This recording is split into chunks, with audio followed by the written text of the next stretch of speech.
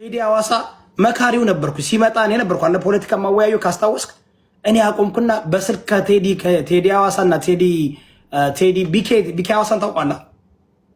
በመሃል እንመክረው ነበር። ከ3 ሰዓት በላይ በስልክ እያወር የምንመክረው ግን በቃ ፖለቲካ ቆሻሻ ነው። ቲክቶክ እንደምትመለከተው ለገንዘብ የመጡ ሰዎች አሉ፣ ለጥቅም የመጡ ሰዎች አሉ፣ ለውቅና የመጡ ሰዎች አሉ። አንተ ለገንዘብ ብለህ አልመጣም። እኔ እናንተ ለገንዘብ ብለን አልመጣም።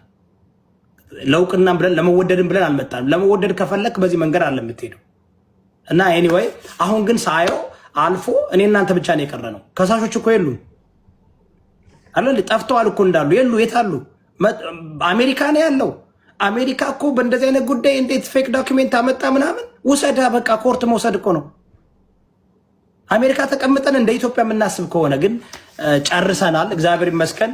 እኔ አሁን አዲስ መንገድ ላይ ስላለው ፍራ በጣም አሁን የማስተላልፈው መንገድ 2 ነገር ስላለ ያ ላይ ፎከስ አድርጌ መስራት ስለምፈልግ ከማንም ጋር ችግር የለብኝም። ዮናስም ያው ዘሎንግ እንትን ላይክ ሜላት ጋር አስታርቃናለች።